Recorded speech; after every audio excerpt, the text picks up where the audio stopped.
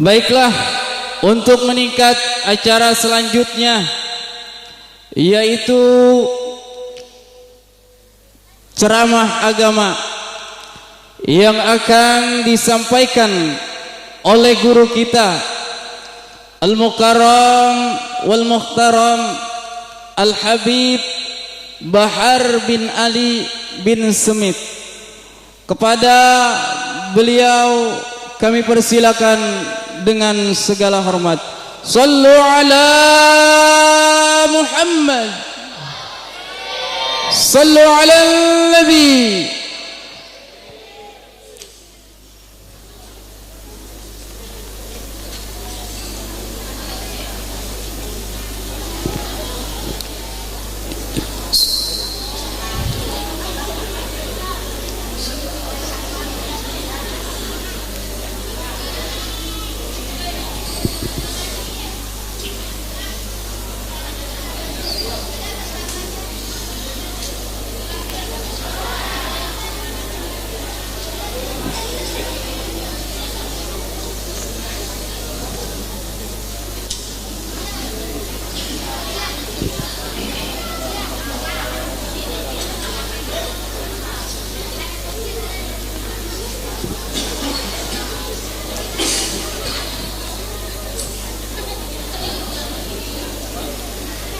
Sallu ala Muhammad.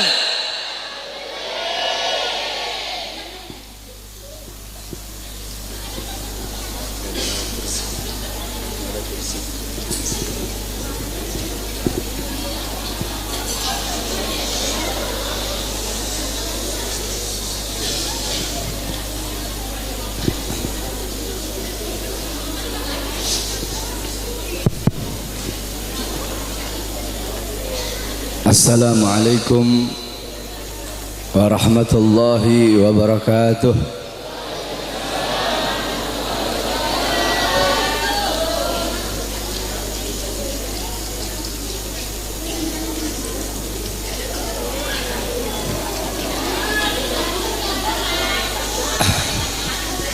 Sebelum saya mulai, saya harapkan kepada jamaah khususnya ibu-ibu, tolong jangan ada yang ribut. Bismillahirrahmanirrahim. Alhamdulillahi dzil jalali wa syari'il harami wal halali. Allahumma salli ala nuril anwar wa sirril asrar wa tiryakil aghyar wa miftah babil yasar sayyidina wa maulana Muhammadinil mukhtar wa alihil athhar wa ashabihil akhyar adada ni'amillahi wa ifdalih, amma ba'd. Yang saya cintai, yang saya muliakan, para alim ulama, para kiai, para asatid, para tokoh masyarakat, wabil khusus ketua DKM masjid, imam masjid, pengajar-pengajar di masjid, ketua panitia peringatan Maulid Nabi besar Muhammad beserta seluruh panitia, para tokoh masyarakat, para aparat pemerintah beserta seluruh hadirin dan hadirat, bapak-bapak, ibu-ibu, pemuda-pemudi umat baginda Nabi besar Muhammad sallallahu alaihi wasallam. Alhamdulillah, segala puji dan syukur kehadirat Allah Subhanahu wa taala. Karena Allah Subhanahu wa ta'ala telah memberikan kepada kita nikmat yang sangat besar. Allah telah memberikan kepada kita keagungan yang sangat besar. Allah telah memberikan kepada kita rahmat yang sangat besar. Apa nikmat Allah yang sangat besar? Apa karunia Allah yang sangat besar? Apa rahmat Allah yang sangat besar? Nikmat, karunia, rahmat, anugerah Allah yang sangat besar bukan iman, bukan Islam, bukan takwa, tetapi baginda Nabi besar Muhammad. Karena berkat Nabi Muhammad, saya dan kalian mengenal iman, mengenal Islam, mengenal takwa, mengenal salat, mengenal syariat. Sebagaimana yang Allah katakan dalam Al-Quran, Qul bifadlillah wa birahmatih fabidzalika falyafrahu. Katakanlah, dengan karunia Allah dan dengan rahmat Allah, maka dengan karunia dan rahmat tersebut falyafrahu, bergembiralah kalian. Dalam kitab tafsir Ma'alimut Tanzil Al-Imam Baghawi, dan dalam kitab tafsir Jami'ul Bayan Al-Imam Ibnu Jarir At-Tabari, begitu juga dalam kitab tafsir Al-Imam Ibnu Katsir, dijelaskan bahwasanya fadlullah dalam ayat tersebut adalah Al-Quran. Sedangkan Sayyidina Abbas menafsirkan fadlullah dalam ayat tersebut adalah ilmu. Maka dengan adanya karunia Allah yaitu Al-Quran dan ilmu, dan dengan adanya rahmat Allah, siapa rahmat Allah? Baginda Nabi besar Muhammad. Maka dengan adanya karunia dan rahmat tersebut falyafrahu, bergembiralah kalian semua, senanglah kalian semua dengan adanya anugerah dan rahmat Allah. Duduknya kita di sini sebagai bukti kegembiraan kita dengan adanya baginda Nabi besar Muhammad sallallahu alaihi wasallam. Beliau nikmat yang begitu besar, beliau rahmat Allah yang sangat besar untuk kita semua, dan Allah jadikan kita sebagai umatnya beliau. Allah jadikan kita sebagai umatnya Nabi Muhammad, umat yang terbaik, umat yang paling mulia, umat yang paling agung, umat yang kelak di yaumil kiamah akan menjadi pemimpin daripada seluruh seluruh umat dari zaman Nabi Adam hingga akhir zaman. Umat yang dimana akan berdiri di posisi paling depan membawa benderanya baginda Nabi besar Muhammad. Umat yang sangat dibangga-banggakan oleh Nabi Muhammad. Umat yang dimana para nabi-nabi dan rasul terdahulu mereka iri kepada kita sebagai umat Nabi Muhammad.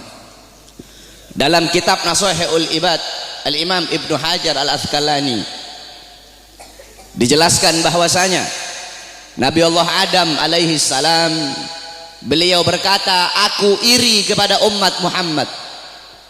Aku iri kepada umat Muhammad. Kenapa? Karena Allah memberikan kepada mereka 4 macam kemuliaan yang tidak pernah Allah berikan kepada aku, tapi Allah berikan kepada mereka. Apa 4 macam kemuliaan yang Allah berikan untuk kita tapi tidak Allah berikan kepada Nabi Adam? Yang pertama, kata Nabi Allah Adam alaihissalam, Allah menerima taubatku ketika aku berada di kota Mekah saja, tidak di kota-kota yang lain. Tetapi bagi umat Nabi Muhammad dimanapun mereka bertaubat, Allah terima taubatnya. Ketahui saudara-saudara, Nabi Allah Adam ketika Allah keluarkan dari sorga, itu Allah turunkan di India, di bawah kaki gunung Himalaya. Siti Hawa Allah turunkan di Jeddah, Iblis Allah turunkan di Basrah. Selama 450 tahun Nabi Adam bertaubat, taubat beliau belum diterima oleh Allah subhanahu wa ta'ala. Ketika beliau berada di kota Mekah, baru taubat beliau diterima. Itu pun karena beliau membawa namanya baginda Nabi besar Muhammad. Beliau berdoa, ya Rabb bihaqi Muhammad, ya Allah, demi hak Muhammad, demi kehormatan Muhammad, kemuliaan Muhammad, keagungan Muhammad, terima taubatku ya Allah. Wa qala Allah ya Adam, kaifa arafta Muhammad wa lam ahlagahu? Wahai Adam, dari mana kau mengetahui wujud Muhammad sedangkan aku belum ciptakan wujudnya Muhammad? Qala Adam, ya Rabb, innaka lama khalaqtani rafa'tu ra'si wa ra'aitu ala qawaimil arsy maktub la ilaha illallah Muhammadur Rasulullah. Ya Allah, ketika kau tiupkan roh, aku angkat kepalaku ke atas dan aku lihat di tiang-tiang arsy, di tiang-tiang sorga tertulis la ilaha illallah Muhammadur Rasulullah. Dari situ aku tahu bahwasanya Muhammad bukan manusia biasa. Sebab tidak mungkin engkau akan meletakkan nama makhluk di samping namamu, kecuali pasti makhluk itu makhluk yang paling kau cintai ya Allah. Makanya aku bawa nama Muhammad dalam pertaubatanku kepadamu dengan harapan agar engkau menerima taubatku. Apa kata Allah? Sadaqta ya Adam, betul apa yang kau katakan itu wahai Adam. Kalau engkau bermohon kepadaku dengan membawa nama Muhammad, ketahuilah telah aku ampuni dosamu wahai Adam. Walaula Muhammad ma khalaqtuka ya Adam, dan kalau bukan karena Muhammad tidak akan aku ciptakan engkau wahai Adam. Allah menerima taubat Nabi Adam ketika beliau berada di kota Mekah. Apa kata Nabi Adam? Sedangkan bagi umat Muhammad dimanapun mereka berada, saya dan kalian kalau mau bertobat dari dosa, Tidak harus kita ke Mekah, saudara-saudara. Kita bertobat dimanapun tempatnya. Taubatan nasuha, menyesali perbuatan dosa, tidak mengulangi perbuatan dosa, itu taubat kita diterima oleh Allah. Sedangkan kata Nabi Adam, tapi aku hanya di kota Mekah, tidak di tempat yang lain. Sedangkan umat Muhammad dimanapun mereka bertaubat, Allah terima taubat mereka. Itu pertama, tidak pernah Allah kasih untukku, tapi Allah kasih untuk kita sebagai umat Muhammad. Yang kedua, kata Nabi Adam, ketika aku berbuat salah, Allah pisahkan aku dengan istriku Hawa hanya karena satu kesalahan. Satu kesalahan aku perbuat, aku makan buah khuldi, Allah pisahkan aku dengan Hawa selama ratusan tahun. Tetapi bagi umat Muhammad, pagi, siang, sore, malam mereka bermaksiat, tidak Allah pisahkan mereka dengan anak dan istri mereka. Aku cuma satu kali Allah pisahkan aku dengan Hawa. Umat Muhammad ribuan kali, jutaan kali bermaksiat, tidak Allah pisahkan mereka dengan anak dan istri mereka. Yang ketiga, kata Nabi Adam, aku berbuat salah dalam keadaan berpakaian, dalam keadaan tertutup auratku, karena Allah murka, Allah lepaskan pakaianku sehingga terlihat auratku. Tetapi bagi Muhammad kebalik, mereka berbuat dosa dalam keadaan telanjang, tapi tetap Allah kasih mereka pakaian. Aku berbuat salah dalam keadaan berpakaian, Allah lepaskan. Umat Muhammad mereka berbuat dosa dalam keadaan melepaskan pakaian, tapi tetap Allah kasih mereka pakaian. Yang keempat, kata Nabi Adam, aku berbuat salah di dalam sorga. Di dalam sorga aku berbuat salah. Allah murka, Allah keluarkan ke dunia. Umat Muhammad kebalik, mereka berbuat dosa di dunia, tapi kalau bertaubat, taubatnya diterima, mereka meninggal husnul khatimah, Allah masukkan mereka ke sorga. Kebalik, kata Nabi Adam, aku berbuat salah di sorga, Allah keluarkan ke dunia. Umat Muhammad berbuat dosa di dunia, Allah masukkan mereka ke sorga. Aku iri kepada umat Muhammad, sungguh aku ingin menjadi umat Muhammad, kata Nabi Allah Adam alaihissalam. Lihat bagaimana kemuliaan umatnya Nabi Muhammad. Nabi Musa alaihissalam ketika beliau naik ke Tur Sina, naik ke Bukit Sina, beliau berdoa, ya Allah, aku ingin melihat cahayamu, aku ingin melihat zatmu, aku ingin melihat wajahmu, ya Allah. Apa kata Allah? Wahai Musa, kau tidak akan sanggup, kau tidak akan kuat untuk melihat cahayaku, wahai Musa. Ketahuilah, antara diriku dengan hamba-hambaku ditutupi dengan 70.000 hijab, 70.000 penghalang yang menutupi antara diriku dengan hamba-hambaku. Al-Imam Ghazali menjelaskan, penghalang Allah itu Allah ciptakan dari cahaya, dari air, dan dari kegelapan. Di dalam penghalang Allah ada suara gemuruh air, ada suara air yang sedang mengalir. Itu dalam penghalang Allah. Andaikan saya dan kalian manusia biasa, Allah perdengarkan telinga kita ini untuk bisa mendengar suara air yang ada dalam penghalang Allah, saking ketakutan hati kita ini akan copot dari badan, hati kita ini keluar sendiri dari badan, saking dahsyat penghalangnya Allah. Andaikan Allah buka satu penghalang, Allah perlihatkan kepada gunung, gunung akan hancur tenggelam, tidak akan muncul sampai datangnya hari kiamat. Apa kata Allah? Wahai Musa, 70.000 penghalang ini tidak akan aku buka untuk siapapun kecuali untuk Muhammad dan untuk umat Muhammad. Apa kata Nabi Allah Musa alaihissalam? Ya Allah, kalau begitu jadikanlah aku bagian daripada umat Muhammad. Nabi Musa ingin menjadi umat Nabi Muhammad. Bahkan diriwayatkan bahwasanya Sayyidina Syekh Abil Hasan Asyadili, pengarang Hizbul Bahar, Hizbun Nasr, pengarang kitab Mafakhirul Aliyah, beliau pernah bermimpi, saudara-saudara. Ketika beliau bermimpi, dalam mimpinya beliau melihat ada Nabi Muhammad dan ada Nabi Musa sedang ngobrol. Nabi Musa bilang sama Rasulullah, wahai Muhammad, aku dengar engkau pernah berkata dalam sabdamu bahwasanya ulama ummati kal anbiya Bani Israel. Ulama dari golongan umatku itu bagaikan golongan nabi-nabi dari kalangan Bani Israel. Apakah betul wahai Muhammad? Apa kata Rasulullah? Ini dalam mimpinya Syekh Abil Hasan Asyadili. Apa kata Rasulullah? Iya betul, ulama umatku itu kepintarannya kepintarannya itu sama seperti kepintaran nabi-nabi dari kalangan Bani Israel. Kata Nabi Musa, coba seperti apa sih ulama umatmu itu, aku pengen lihat coba. Nabi Muhammad memanggil Al-Imam Ghazali di dalam mimpinya Syekh Abil Hasan Asyadili. Imam Ghazali dipanggil oleh Nabi Muhammad. Nabi Muhammad bilang, ini salah satu daripada ulama umatku yang aku banggakan. Akhirnya kata Nabi Musa, siapa namamu? Kata Imam Ghazali apa? Ana Muhammad bin Muhammad bin Muhammad. Kata Nabi Musa, stop. Wahai Rasulullah, ini kamu bilang pinter. Saya nanya siapa namanya. Dia jawab Muhammad bin Muhammad bin Muhammad. Kalau dia pinter cukup dia jawab Muhammad. Stop. Sudah.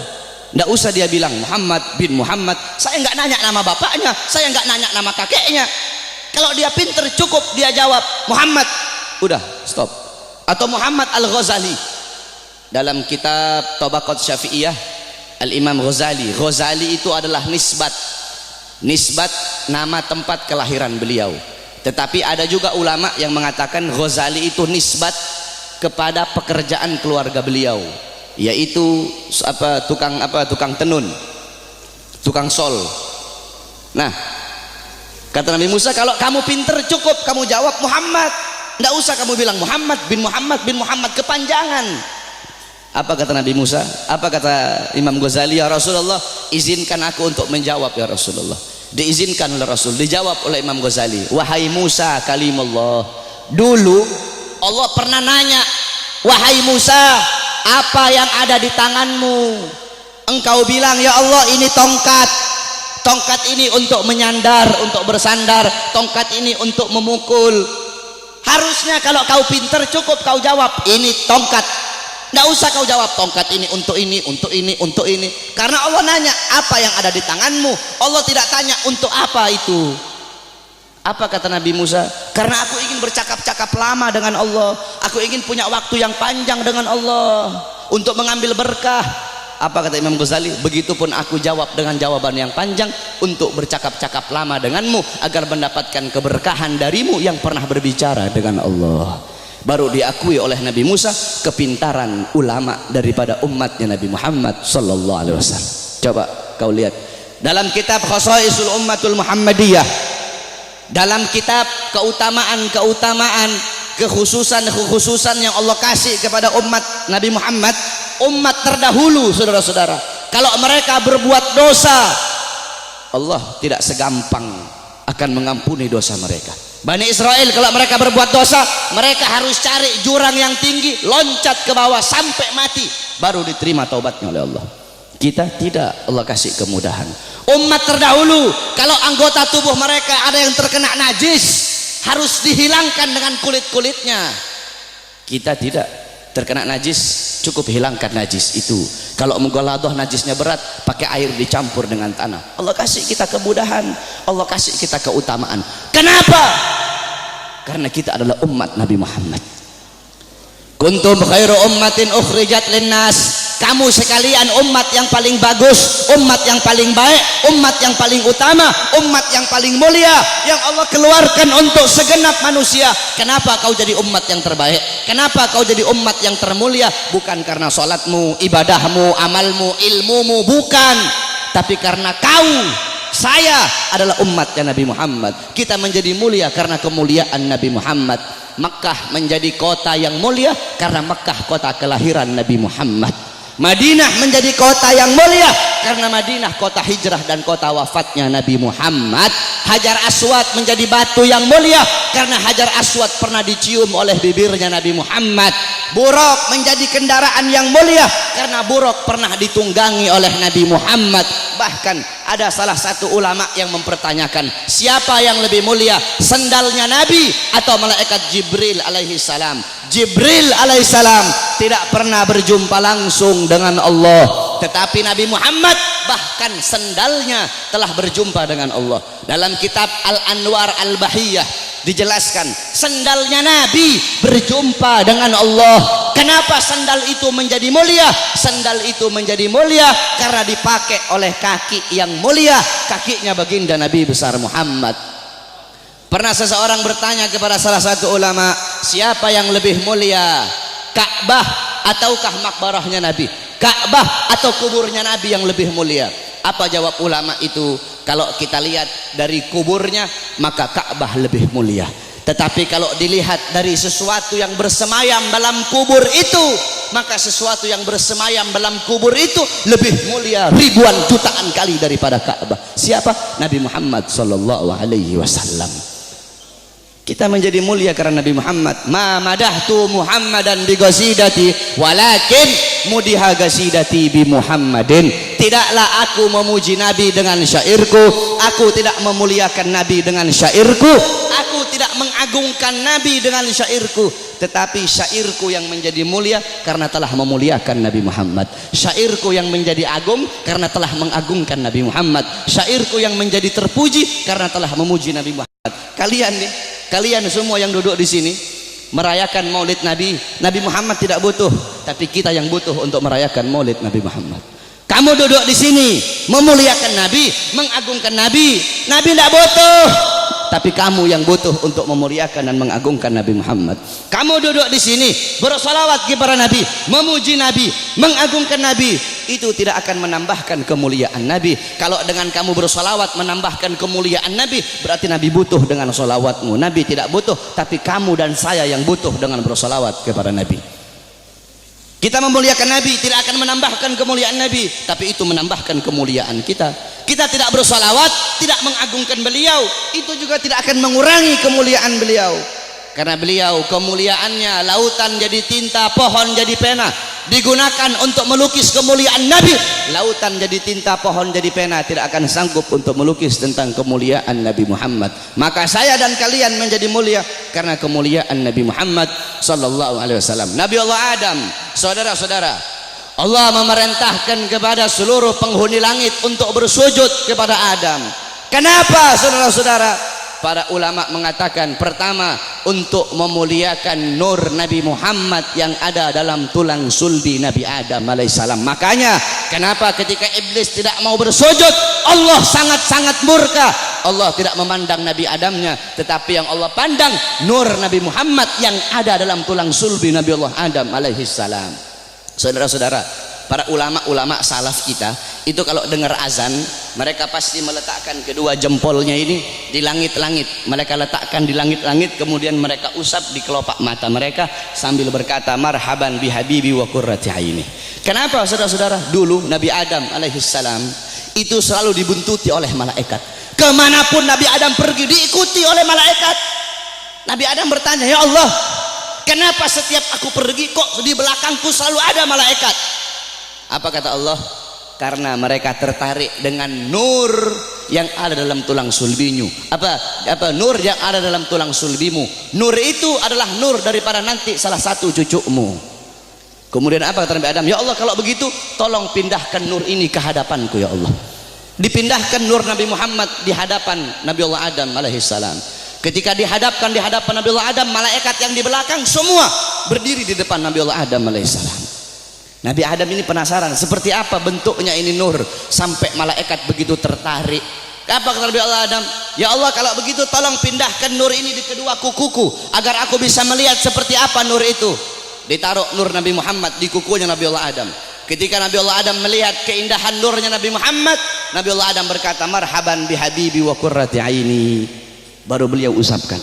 Lihat bagaimana Allah Subhanahu wa taala memuliakan Nabi Allah Adam karena dalam tulang sulbinya terdapat nur baginda Nabi besar Muhammad sallallahu alaihi wasallam. Allah menyelamatkan Nabi Allah Nuh. Allah selamatkan Nabi Allah Nuh dari banjir yang besar, dari musibah yang besar. Kenapa? Karena dalam tulang sulbi Nabi Allah Nuh terdapat nur baginda Nabi besar Muhammad. Allah selamatkan Nabi Allah Ibrahim alaihissalam dari api Namrud. Kenapa? Karena dalam tulang sulbi Nabi Allah Ibrahim terdapat nur baginda Nabi besar Muhammad. Allah menyelamatkan Nabi Allah Ismail ketika akan disembelih, Allah rubah menjadi seekor domba. Allah selamatkan Nabi Allah Ismail. Kenapa? Karena dalam tulang sulbi Nabi Allah Ismail terdapat nur baginda Nabi besar Muhammad. Dan saya dan kalian nanti di akhirat akan diselamatkan. Kenapa? Karena saya dan kalian umat Nabi Muhammad sallallahu alaihi wasallam. Oleh karena itu, saudara-saudara, bagi kami para habaib, Maulid bukan hari raya, tapi bagi kami Maulid lebih mulia dan lebih agung daripada hari raya. Di tempat saya, bapak-bapak, di Sulawesi itu kami santri-santrinya guru tua. Guru tua itu Al-Imam Al-Habib Idrus bin Salim Al-Jufri. Kami itu ketika datang bulan Maulid, semua rumah kami cat baru. Datang bulan Maulid, semua rumah kami cat baru, kampung kami hias, jalan kami baguskan. hanya di bulan Maulid, tidak di bulan yang lain. Hari raya, rumah kami tidak kami cat baru. 17 Agustus, rumah kami tidak kami cat baru. Maulid, rumah kami cat baru. Kenapa? Karena bagi kami Maulid adalah hari yang paling mulia di muka buminya Allah Subhanahu wa taala. Kenapa bisa seperti itu? Dalam kitab Tuhfa, dalam kitab Hawashi Syarwani, ala Tuhfal Muhtaj. Hawashi Syarwani itu kitabnya Al-Imam Syarwani.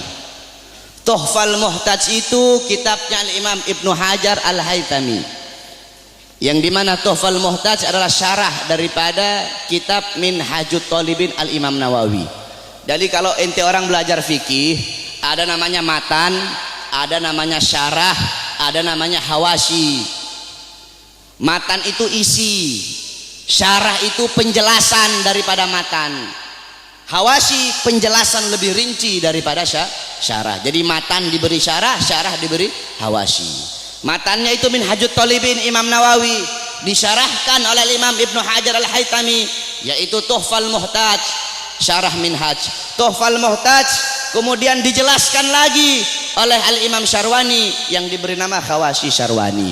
Dalam kitab Hawashi Syarwani dijelaskan bahwasanya inna afdhalal layali, sesungguhnya paling mulianya malam itu, paling utamanya malam itu, yaitu malam kelahiran baginda Nabi besar Muhammad. Setelah malam kelahiran Nabi baru malam Lailatul Qadar. Setelah malam Lailatul Qadar baru malam Isra. Setelah malam Isra setelah malam Lailatul Qadar malam Jumat. Setelah malam Jumat baru malam Isra. Kenapa malam kelahiran Nabi menjadi malam yang paling mulia? Kenapa malam kelahiran Nabi menjadi malam yang paling agung? As-Sayyid Al-Habib Muhammad bin Alwi Al-Maliki, beliau mengutip perkataan daripada Al-Imam Haramain Sayyid Amin Qutbi. Beliau berkata, Sayyid Amin Qutbi berkata, ya Lailatul Itsnin, madza safahat, wahai malam Senin, apa yang telah menyapamu? Wahai malam Senin, apa yang telah menyapamu? Kau begitu mulia, kau begitu agung, engkau begitu wangi, wahai malam Senin. Berawal hari-hari yang mulia dalam Islam, semua berawal darimu. Adanya Idul Fitri, adanya Idul Adha, adanya Ramadan, adanya Rajab, adanya Fathul Makkah, adanya kemenangan perang Badar, adanya Lailatul Qadar, adanya hari Jumat, adanya malam Jumat, adanya 10 Muharram, semua berawal darimu wahai malam Senin. Kenapa? Karena pada malam Senin itu lahir baginda Nabi besar Muhammad sallallahu alaihi wasallam, sehingga malam kelahiran Nabi menjadi malam yang paling mulia di muka bumi. Kenapa? Karena kalau tidak ada kelahiran Nabi, tidak akan ada Idul Fitri, tidak akan ada Idul Adha, tidak akan ada iman, tidak akan ada Islam. Makanya sampai begitu Allah memuliakan kelahiran Nabi Muhammad, karena begitu Allah ini memuliakan kelahiran Nabi, sampai orang yang meninggal dalam keadaan kafir, akan tetapi karena dia gembira dengan kelahiran Nabi, Allah ringankan azabnya dalam neraka. Dalam kitab Tafsir Bidayah wan Nihayah, Al-Imam Ibnu Katsir, beliau meriwayatkan bahwasanya Sayyidina Abbas bin Abdul Muthalib pernah bermimpi berjumpa dengan Abu Lahab. Dalam mimpinya Sayyidina Abbas bin Abdul Muthalib bermimpi Abu Lahab sedang disiksa dalam neraka. Akan tetapi setiap hari Senin, azab dan siksanya Abu Lahab dihentikan dan Allah gantikan dengan rahmat. Dari jari-jari Abu Lahab itu bisa keluar air sehingga dia bisa minum dari air tersebut. Maka Sayyidina Abbas pun bertanya, wahai Abu Lahab, kenapa setiap hari Senin Allah angkat azab dan siksamu? Dari jari-jarimu bisa keluar air, kenapa hanya di hari Senin, tidak di hari-hari yang lain? Apa kata Abu Lahab? Iya, karena dulu ketika Muhammad lahir, aku bergembira dengan lahirnya Muhammad. Aku memiliki budak yang bernama Suwaibah. Suwaibah datang kepadaku memberi kabar tentang lahirnya Muhammad. Aku gembira sehingga aku bebaskan Suwaibah. Aku bebaskan dia dari budak. Nah, karena aku membebaskan Suwaibah, karena kegembiraanku dengan lahirnya Muhammad, karena aku gembira sesaat dengan lahirnya Muhammad, maka dari itu setiap hari Senin Allah angkat azab dan siksaku. Itu Abu Lahab. Setiap hari Senin Allah angkat azab dan siksanya hanya karena bergembira sesaat dengan lahirnya Al-Mustafa. maka bagaimana dengan saya dan kalian kalau kita bergembira seumur hidup kita dengan lahirnya baginda Nabi besar Muhammad. Oleh karena itu saudara-saudara, kita duduk di sini memuliakan kelahiran Nabi, mengagungkan kelahiran Nabi.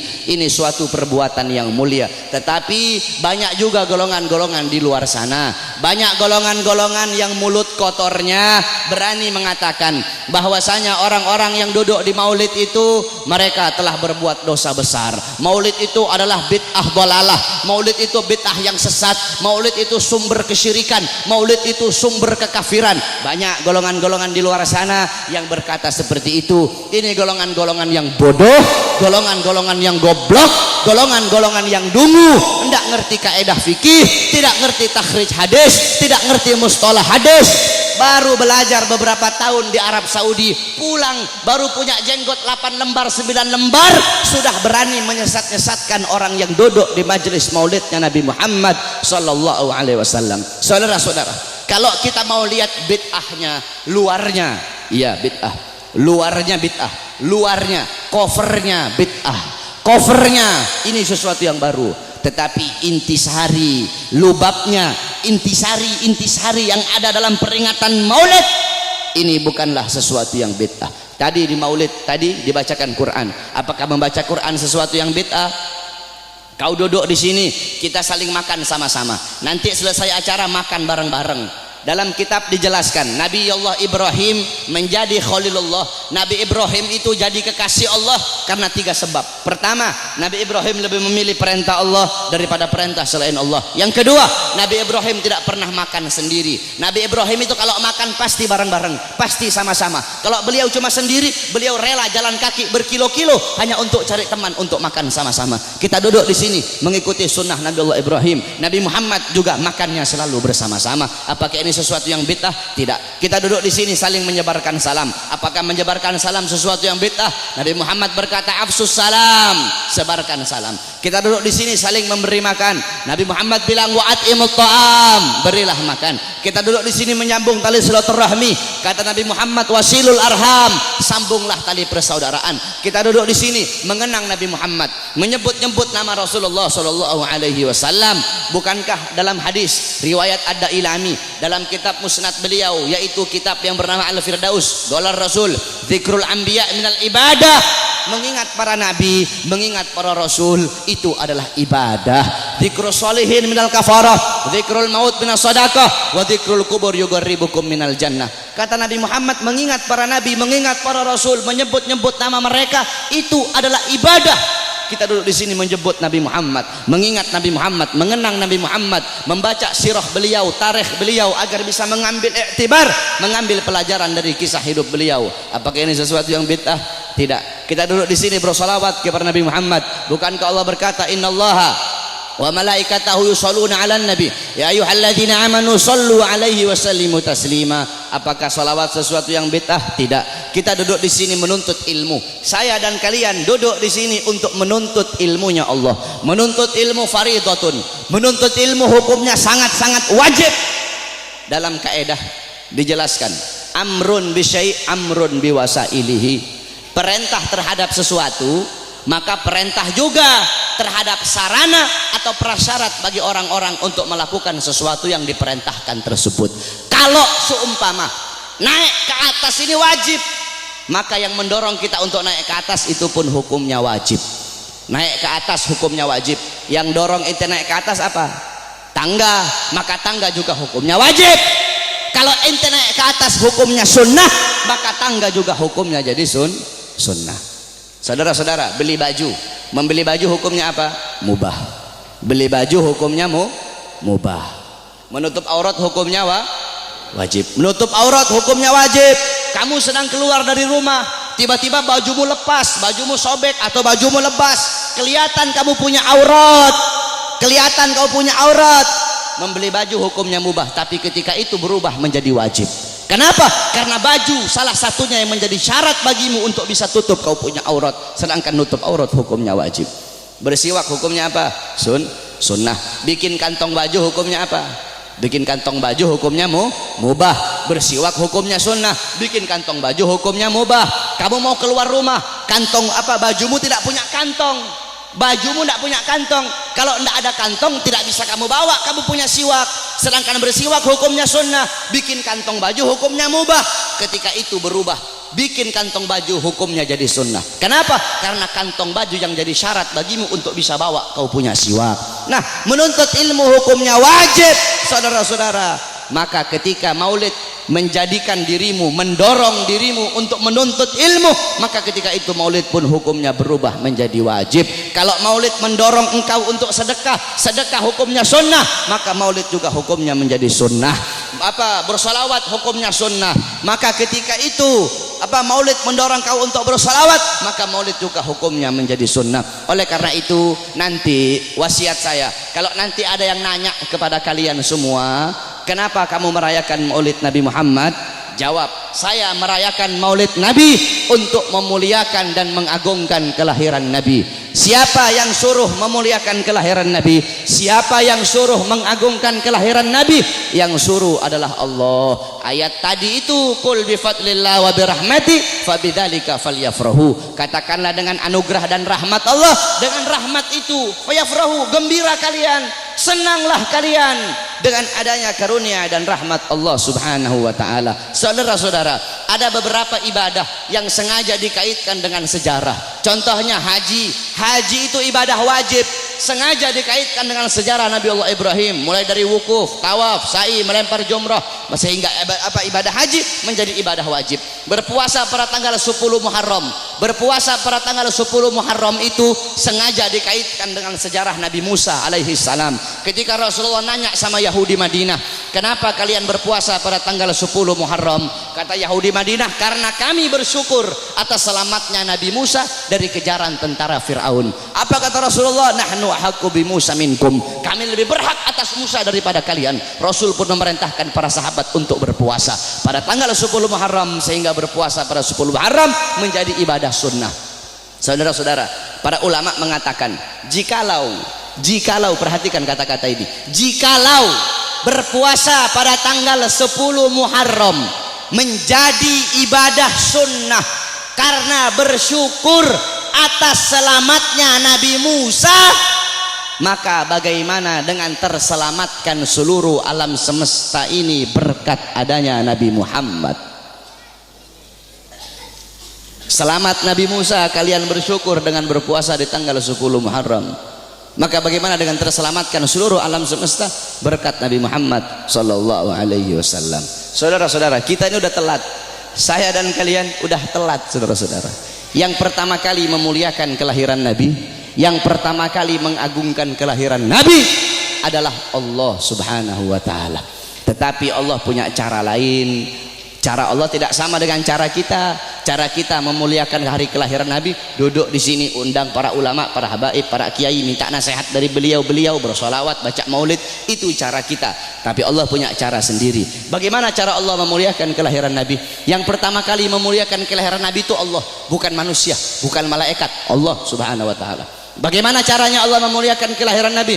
Dalam kitab Qisasul Anbiya dijelaskan. Kita semua tahu Nabi Muhammad lahir pada hari Senin pada tanggal 12 Rabiul Awal pada tahun gajah, amal fil. Wa summiya ama wiladati amal fil. Dinamakan tahun kelahiran beliau itu tahun gajah, li'anna malikal Habasyah, karena raja Habasyah mengutus tentara-tentara yang menaiki gajah yang besar. Untuk apa? Lihadmil Ka'bah, untuk merusak Ka'bah, untuk menghancurkan Ka'bah. Tapi Allah punya rencana lain. Allah mengutus burung ababil dari neraka Sijil. Satu ekor burung bawa 2 buah batu, 3 buah batu. 1 batu di mulutnya, 2 batu ditaruh di kakinya. Dengan izin Allah itu burung terbang. Allah perintahkan untuk melemparkan itu batu di atas kepala tentara gajah. Ketika itu batu jatuh di atas kepala tentara gajah, tembus sampai ke kaki, saudara-saudara. Allah hancurkan pasukan gajah. Kenapa Allah hancurkan pasukan gajah? Ikroman, untuk memuliakan dan mengagungkan kelahiran baginda Nabi besar Muhammad sallallahu alaihi wasallam. Padahal bagi Allah tidak mustahil kalau Allah mau hancurkan pasukan gajah sebelum mereka nyerang, bisa Allah hancurkan. Tapi kenapa Allah hancurkan ketika mereka menyerang Ka'bah? Untuk memuliakan kelahiran dan keagungan, untuk mengagungkan kelahiran baginda Nabi besar Muhammad. Siapa Siapa saudara-saudara yang merobohkan istana Romawi? Ketika Nabi Muhammad lahir, istana Romawi roboh. Siapa yang robohkan? Allah. Kenapa Allah robohkan istana Romawi di hari lahirnya Nabi? Padahal tidak mustahil kalau Allah mau robohkan sebelum Nabi Muhammad lahir, bisa. Bisa bagi Allah.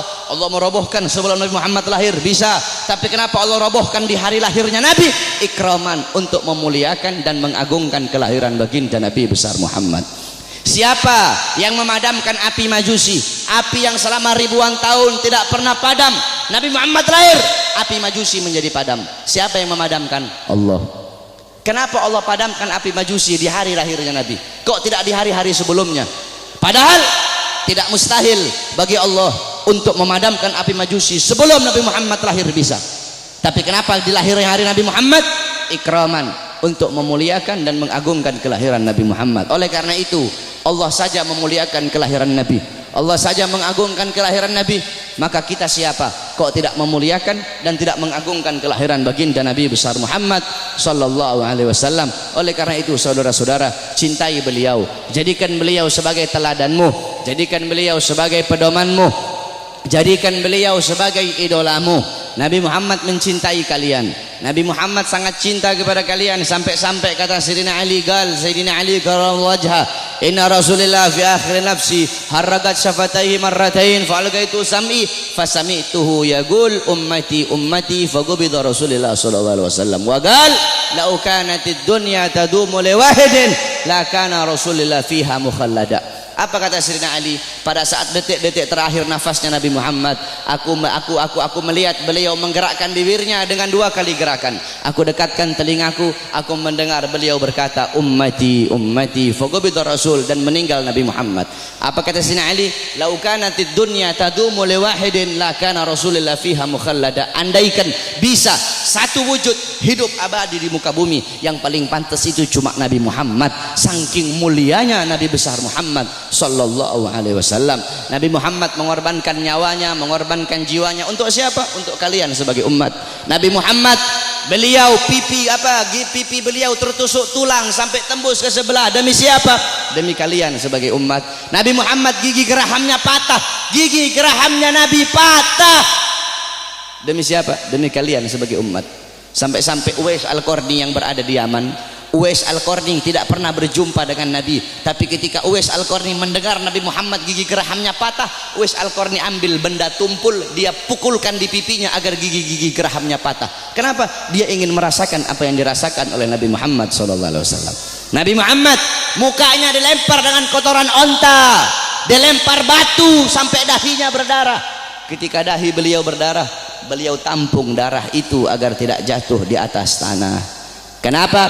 Karena kalau darah beliau jatuh di atas tanah, Allah akan tenggelamkan orang-orang yang melempari beliau. Apa kata beliau? Mereka adalah umatku, mereka belum diberi hidayah oleh Allah subhanahu wa ta'ala. Nabi Muhammad berjuang untuk siapa? Untuk kalian semua sebagai umat. Agar apa? Agar apa? Agar iman sampai. Agar apa? Agar Islam sampai. Agar apa? Agar masjid sampai. Agar apa? Agar ulama sampai. Agar apa? Agar kiai sampai kepada kalian, agar ilmu agama sampai, agar tauhid sampai, agar syariat sampai, agar seluruh ilmu-ilmu itu sampai kepada kalian. Tetapi setelah itu semua sampai, malah kalian sia-siakan. Setelah sholat sampai, malah kalian belakangi. Setelah takwa sampai, malah kalian campakkan. Setelah syariat sampai, malah kalian campakkan. Kalian mengambil budaya barat, kalian mengambil orang-orang barat sebagai teladan kalian, sebagai pedoman kalian, sebagai pedoman anak-anak kalian. Kalian tinggalkan Nabi Muhammad SAW. Mulutmu mengaku umat Nabi, saya umat Nabi, saya umat Islam, tapi kau tidak sholat. Saya umat Nabi, tapi masjidmu sepi. Saya umat Nabi, tapi kedua matamu memandang hal-hal yang haram. Saya umat Nabi, tapi kamu kencingnya berdiri. Saudara-saudara, Masjid Istiqlal loh, tahu Masjid Istiqlal? Itu bodoh DKM-nya itu. Kenapa bodoh? Karena mereka bikin tempat kencing berdiri, saudara-saudara. Masjid itu bikin tempat kencing duduk. Masjid bikin tempat kencing berdiri, udah kayak bandara aja ente. Dorong orang-orang untuk bikin sunnah, dorong orang-orang untuk melakukan sunnah. ente ketua masjid, orang-orang yang ada di masjid bikin tempat kencingnya duduk. Adapun orang yang masuk ke dalam itu kencingnya berdiri atau duduk, urusan mereka. Yang penting kamu telah dorong mereka untuk mengikuti sunnah. Sufyan Ats-Tsauri, tahu Sufyan Ats-Tsauri? Ats-Tsaur itu banteng. Kenapa Sufyan Ats-Tsauri dipanggil banteng? Karena dia masuk ke masjid itu mendahulukan kaki kiri, sehingga terdengar suara ya Tsaur qaddimul yumna. Hei banteng, dahulukan kaki kananmu. Ditegur saudara-saudara. Engkau mengaku apa? Engkau mengaku umat Nabi, tapi kedua tanganmu tidak pernah memberi makan golongan-golongan yang dicintai oleh Nabi. Siapa golongan yang dicintai oleh Nabi? Anak yatim, fakir miskin, para janda-janda. Kau ngaku cinta Nabi tapi kau tidak pedulikan mereka. Kau biarkan mereka dalam keadaan lapar, kau biarkan mereka dalam keadaan teraniaya, sedangkan mereka golongan yang sangat dicintai oleh Nabi Muhammad SAW. Engkau mengaku umat Nabi tapi kau biarkan besok anak-anakmu merayakan Valentine. Engkau ngaku umat Nabi tapi kalian para orang tua biarkan anak-anak gadis kalian membuka aurat. Saudara-saudara, makanya jangan heran bapak-bapak yang ada di sini, pasti rata-rata kebanyakan anak-anak kalian kalau cium tangan kepada kalian bukan di hidung, cium tangan kalian di pipi, cium tangan kalian di dahi, itu masih mending kena. Ada yang sampai nggak kena udah dilepas. Padahal harusnya seorang anak itu cium tangan di bawah hidung, bukan di atas hidung. Cium tangan di bawah hidung, kemudian dihirup udara tangan itu, tangan orang tua. Begitu cara anak-anak cium tangan. Tapi kenapa anak-anakmu cium tangan di pipi, anak-anakmu cium tangan di dahi? Karena kalian sebagai orang tua tidak pernah mendidik anak-anak kalian dengan didikannya Nabi Muhammad SAW. Jangan heran anak-anakmu melotot di hadapan kalian, anak-anak kalian membantah perintah kalian. Ada zaman sekarang anak bunuh bapak, anak bunuh ibu, anak masukkan ibunya dalam penjara.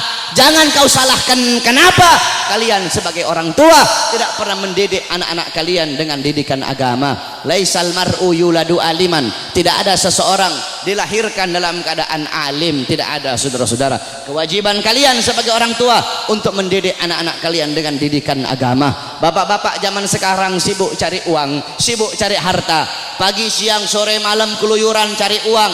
Untuk apa? Untuk ngasih makan jasmani anak-anaknya. Untuk apa? Untuk memberi makan jasmani anak-anaknya. Tetapi lupa kalian beri makan jiwa, hati, dah apa? Jiwa anak-anak kalian, hati anak-anak kalian, ruh anak-anak kalian lupa kalian kasih makan. Apa makanan hati bagi anak-anak kalian? Makanan hati bagi anak-anak kalian adalah ilmu. Hati 3 hari tidak kena ilmu, hati itu mati. Maka tanyakan kepada diri kalian sebagai orang tua, telah berapa lama kalian menjadi sebab hati anak-anak kalian mati? Kenapa kenapa anakmu tidak kau masukkan pondok? Kenapa anakmu tidak kau masukkan pesantren? Kenapa anakmu tidak kau ajarkan Quran? Kenapa kau lebih pentingkan SD-nya, SMP-nya, SMA-nya? Bukan berarti tidak boleh sekolah SD, tidak boleh sekolah SMP, tidak boleh sekolah SMA. Tidak apa-apa sekolahkan anakmu SD, SMP, SMA. Tetapi agama jangan kau belakangi, Al-Qur'annya jangan kau belakangi. Kenapa anakmu tidak mondok? Aduh, saya lebih milih sekolah. Kalau nanti anak saya mondok, bagaimana masa depannya nanti? Orang tua goblok itu kalau ada yang seperti itu, saudara-saudara. Kalau anak saya mondok, anak saya jadi ustadz, anak saya jadi Quran, jadi ahli Quran, gimana masa depannya nanti? Gimana nasibnya? Orang tua goblok itu kalau ada yang seperti itu, saudara-saudara. Kau lihat zaman sekarang, SD, SMP, SD udah tahu mabok, SD udah tahu melacur, SD udah tahu zina. Itu SD. Bagaimana SMP-nya? Itu SMP. Bagaimana SMA-nya? Saudara-saudara, jangan kau pentingkan pendidikan dunia anak-anakmu, tapi lebih pentingkan pendidikan akhirat anak-anakmu. Didik dengan didikan Nabi. Adabani Rabbi fa ahsana ta'dibi. Allah yang mendidikku, Allah yang mengajariku, sehingga sebaik-baiknya pendidikan adalah pendidikanku. Nanti ini tanggal 13, besok tanggal 14. Kau lihat yang paling banyak merayakan Valentine di jalan-jalan, saudara-saudara. Yang paling banyak merayakan Valentine bukan orang Kristen. Yang paling banyak merayakan Valentine bukan orang Buddha, bukan orang Hindu, bukan orang Katolik, bukan Yahudi, bukan Nasrani. Yang paling banyak merayakan Valentine di Indonesia adalah anak-anak kita, saudara-saudara, anak-anak Islam, putra-putri Islam, putra-putrimu yang paling banyak merayakan Valentine. Valentine itu adalah harinya orang-orang Romawi. Valentine itu adalah mengenang kematian si siapa, Santa Valentino atau siapa itu namanya orang-orang Romawi itu. Man tasyabbaha biqaumin fahuwa minhum. Kata Rasulullah, barang siapa yang mengikuti suatu kaum, maka dia sama dengan kaum tersebut. Engkau mengikuti orang Romawi, engkau mengikuti orang Barat, engkau mengikuti orang kafir, mengikuti budaya mereka, mengikuti adat istiadat mereka, mengikuti hari-hari besar mereka, engkau sama seperti mereka. Mereka dilaknat, engkau pun akan dilaknat oleh Allah Subhanahu wa taala. Memang betul kata Nabi Muhammad. Nabi Muhammad sallallahu alaihi wasallam, beliau pernah bersabda, la taqumus saah. Kata beliau, tidak akan terjadi hari kiamat, kata beliau, hatta sehingga kata beliau, ta'khuda ummati, umatku itu mengambil jejak, umatku itu mengikuti jejaknya siapa? Jejaknya orang-orang sebelum mereka. Jejak orang-orang sebelum mereka, kata Nabi Muhammad sallallahu alaihi wasallam. Shibran bi shibrin, sejengkal demi sejengkal, kata Nabi Muhammad. Wa dhira'an bi dhira'in, sehasta demi sehasta, kata Nabi Muhammad.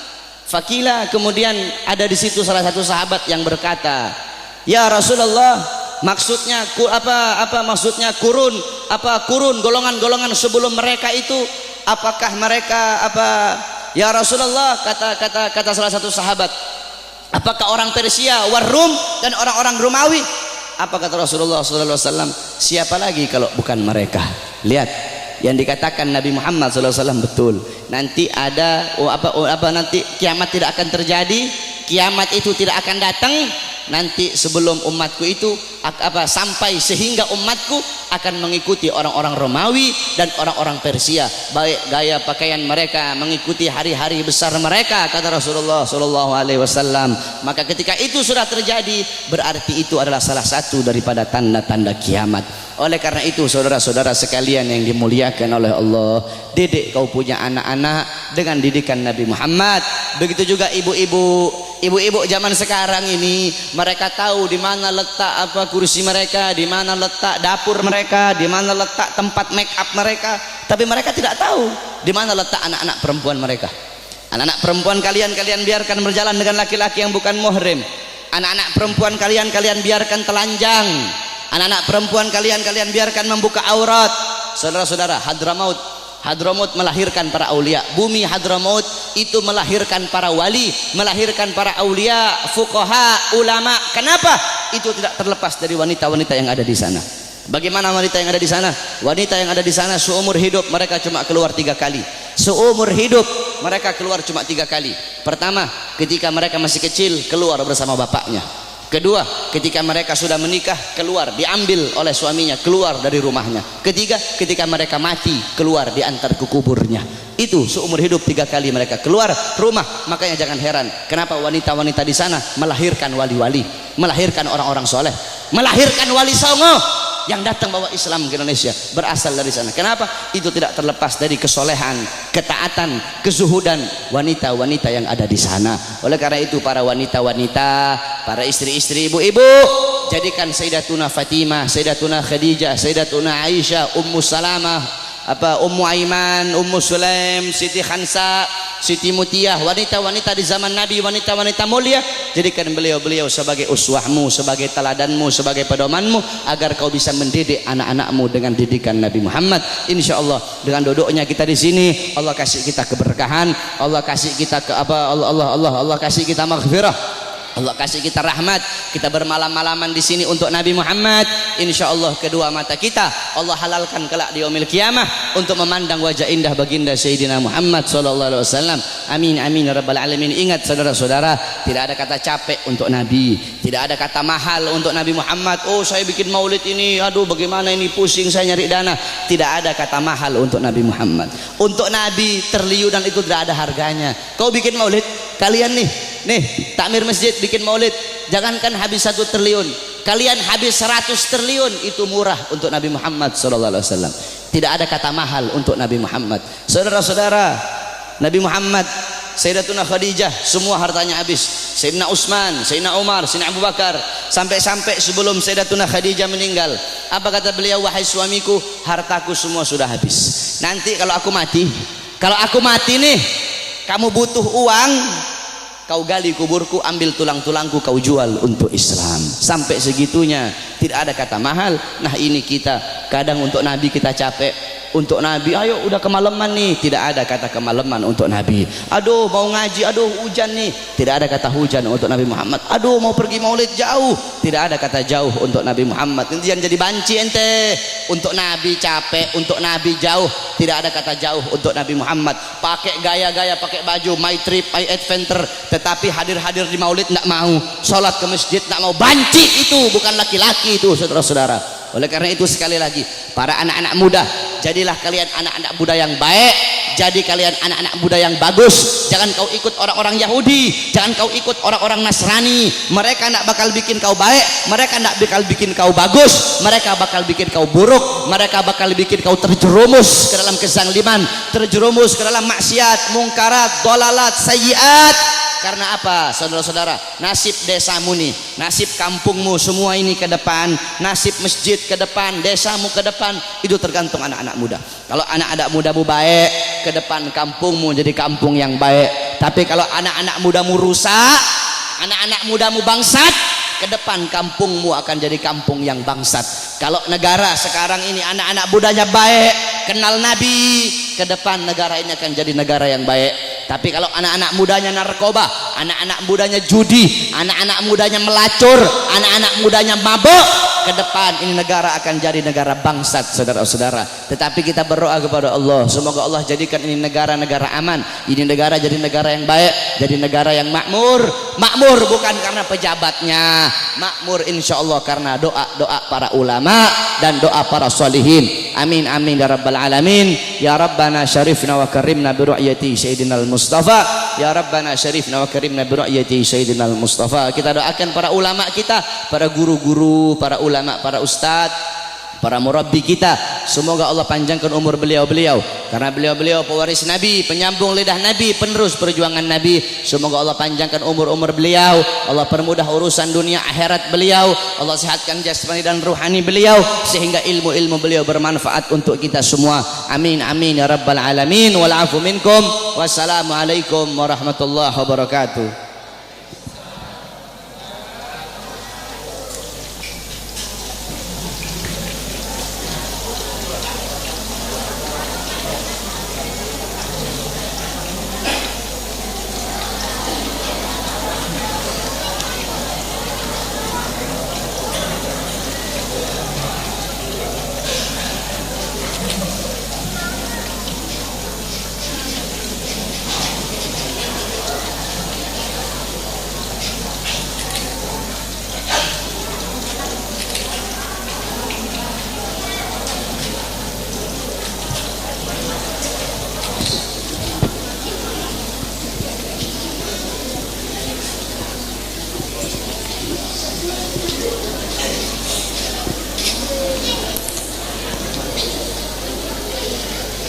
Iya, terima kasih kami ucapkan kepada guru kita Al-Habib Bahar bin Ali bin Semit.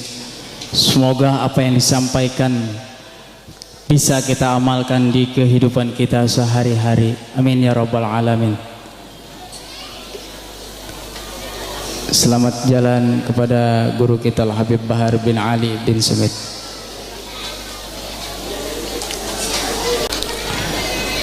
Iya, baiklah.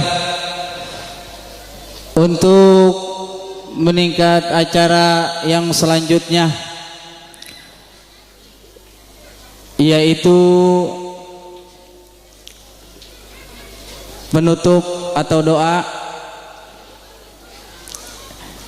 yang insyaallah akan dipimpin oleh guru kita Al-Mukarram Al-Ustadz Mulia Jaya Muhammad, dan doa keduanya nanti Al-Mukarram Al-Ustadz Haji Abu Bashar, sarjana agama. Namun sebelum doa, kami mohon kepada panitia untuk menurunkan hidangan-hidangan yang telah disediakan. Kami mohon kepada panitia untuk menurunkan hidangan-hidangan yang telah disediakan. Terima kasih. Bapak-bapak, ibu-ibu, mohon jangan pulang terlebih dahulu, kita nikmati bersama-sama hidangan yang disediakan. Baiklah, saya selaku pembawa acara mohon dibukakan pintu maaf yang seluas-luasnya. Apabila ada kata-kata yang salah maupun tingkah laku saya atau ucapan saya yang menyinggung bapak-bapak sekalian, saya atas nama pribadi mohon dibukakan pintu maaf yang seluas-luasnya. Dan juga kami mengucapkan ribuan terima kasih kepada warga RW 08 dan juga RT 09 dan para donatur-donatur yang membantu untuk kegiatan untuk memperingati hari kelahiran Nabi besar kita Nabi Muhammad SAW. Semoga Allah balas dengan rizki yang berlipat-lipat ganda. Amin ya rabbal alamin. Baiklah, untuk acara selanjutnya yaitu penutup atau doa yang akan dipimpin oleh guru kita Al-Mukarram Al-Ustadz Mulia Jaya Muhammad. Dari saya, wassalamualaikum warahmatullahi wabarakatuh. Astaghfirullahaladzim, astaghfirullahaladzim, astaghfirullahaladzim. Falakal hamdu ya Allah, ya maulana, ya ma'bud. Bismillahirrahmanirrahim. Alhamdulillahi rabbil alamin. Hamdan syakirin, hamdan na'imin, hamdan yuwafi ni'amahu wa yukafi'u mazidah. Ya Rabbana lakal hamdu wa lakal mulku wa lakal syukru kama yanbaghi li jalalikal karim wa 'azimi sultanik. Allahumma salli ala sayyidina Muhammad wa ala ali sayyidina Muhammad. Allahumma ansurna fa innaka khairun nasirin waftah lana fa innaka khairul fatihin warhamna fa innaka khairur rahimin waghfir lana fa innaka khairul ghafirin warzuqna fa innaka khairur raziqin wahfazna fa innaka khairul hafidhin.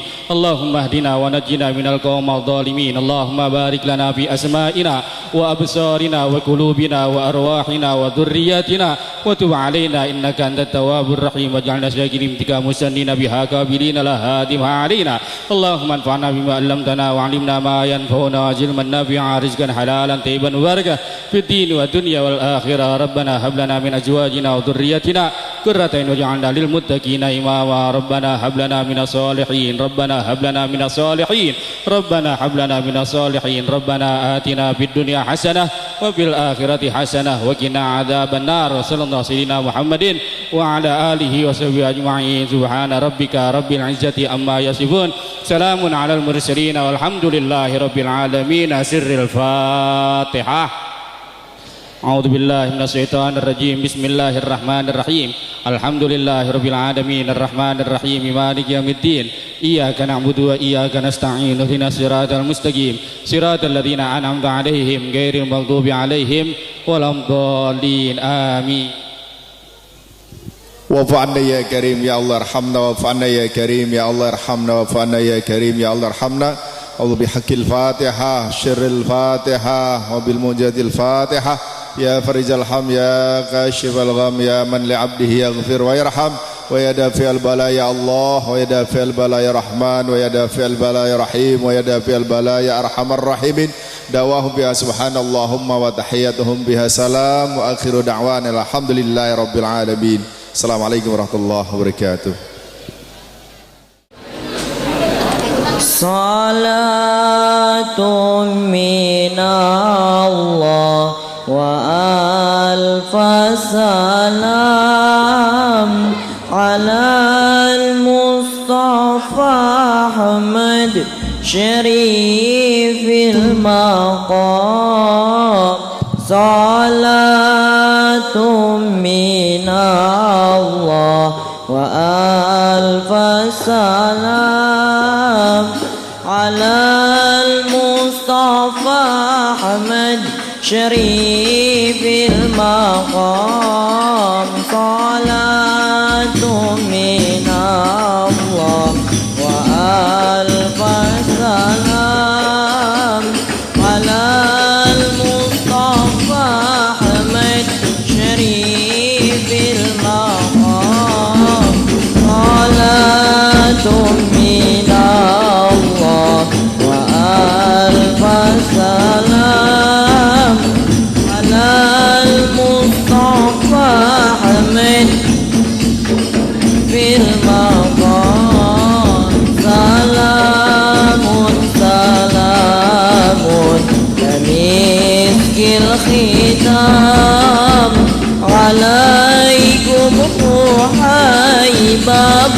لنا يا كرام صلاة من الله وألف سلام على المصطفى حمد في المقام وما ذكره موسانا في الظلام ونور لنا بين هذا الهنا صلاة من الله وألف سلام على المصطفى حمد شريف المقام سلام سلام